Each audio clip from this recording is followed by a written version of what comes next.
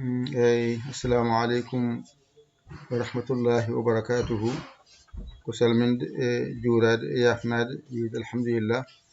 En garti kadi windande men hande nde hade men jangude ko refto adotono arde wadde ko ɗo gaccirɗon ɗon jangde meɗen ɗo henne ko ba mawɗo e ba tokoso heedi banggue men nano en jiiɗum. On jangino no masirte to banggue A, on jangi no masirte to banggue I, on jangi no masirte to banggue E, sakkiti ko no masirte banggue O. Hande noon eɗen janga no masirte banggue U wona gasi. Kala alkulal haadi ko joyi, masirte ko A, masire I, masire E, masire O, masire U. ɗeɗo joyi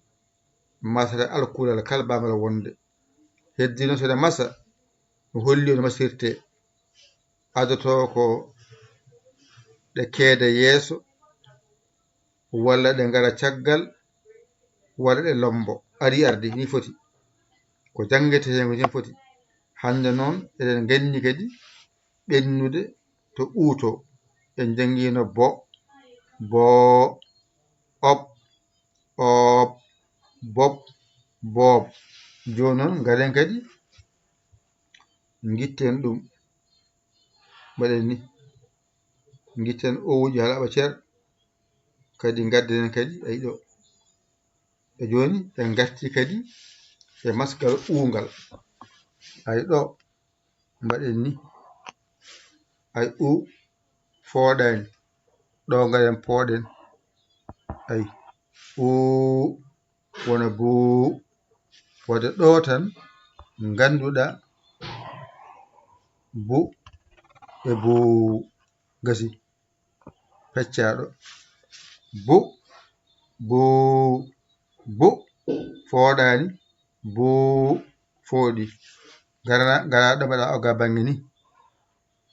wona ub gaɗani pooɗa mbiya ub ub wadde ɗo henne janguɗa ay ɗo tan haaɗi pecce hakkude ɗo ub ub ub ub gara lombaɗo ayi wona bob fooɗani gara pooɗowo ayi bob bob ɗo kadi gasi hande en gayni ko jangete alkulal baane masirte fof sorindi en gayni ɗum hande wadde ko bu bu hanka gasi ɗo ko bu bu rewi hen ko ub ub rewi hen ko bob bob ɓamtu bu bu rewi hen ko ub ub rewi hen ko bob bob ɓamtu bu bu ub ub bob bob. Ɗum ɗo heewani kono ne winda ko heewi hoto teskotan wiide bu bu ub ub bob bob. Ɗum wona jangde. Jangde ko ganda no bu windirte, ganda no buu windirte, ganda no ub windirte, ganda no ub windirte, ganda no bub windirte, ganda no bub windirte. Sa yama ya windu binda tawa andi ko bindata ko holɗum. Ɗum woni jangde. Jangde ko teskuye woni hen ko janguɗa hen famɗi hen heewi hen yo ɗiggat ko ɗiggi ko sohla e jangde kono tan wiide bu bu ub ub bub bub ala nafoore. Nafoore nde sa wi bu binda, sa wi buu binda, sa wi ub binda, sa wi ub binda, sa wi bob binda, sa wi boob binda. Hankadi ne wayno ko jangate e baa ko en gayni baa hankadi halaɓe cer hakkude gon kadi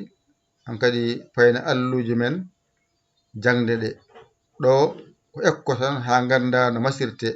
mi hollima hakkude no masirte hankadi andi masirte ko dow hakkude less dow o mbaɗa wasa fodde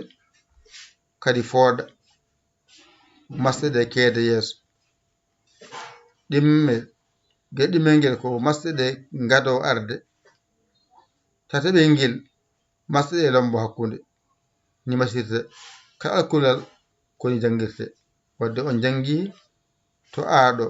on jangi to iɗo on jangi to eɗo on jangi to oɗo en jangi hande to uɗo ko 5 haaɗi wino on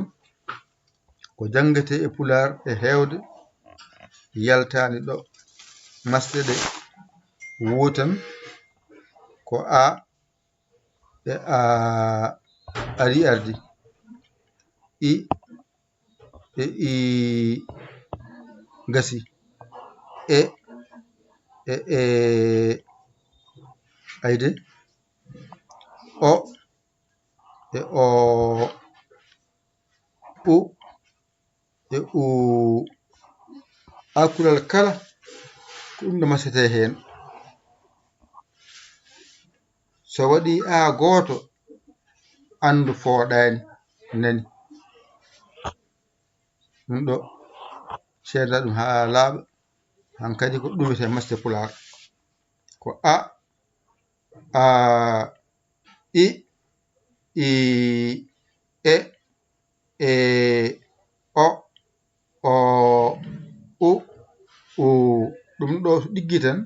a andi masɗe ɗe ko ɗe 5 tan so fooɗani mbaɗa hen ɗe pooɗani ɗe so fooɗi mbaɗa hen poɗle ɗe ni foti alkulal kala ngal jangata maɗe naata hen ne wawa jangade soɗe ngala hen jangotako ɗum noon ɗeɗo 5 kadi jangaɗe mbawa teskoɗaɗe alkulal mon ba kam gasi timmi hankadi en gayni ba o kala ko jangate ba so windama on jangani alluje mon 5 ɗe goni ɗiggani mbawaka ƴette kuɗi mon e karneji mon mbaniɗo jangon ɗigga on koola koye mon ƴewon bawɗo ɗakkoɗon saɗa makko omo holla on walla on ha jiiwon lawol on neyamon walla on nodde 00221 77 906 14 81 mbaɗa yaya mbaɗa li jiya WhatsApp o tagguira saggere ma a saggani ɗum yiɗa walla keso jiɗɗo nadde ara haalne sarɗiji ɗi so jaaɓi naata jaɓani acce deeƴa ala suka ala mawɗo ala debbo ala gorko ƴette kuɗi mon e karne mon maji jangon ɗigga on jarama, wassalam.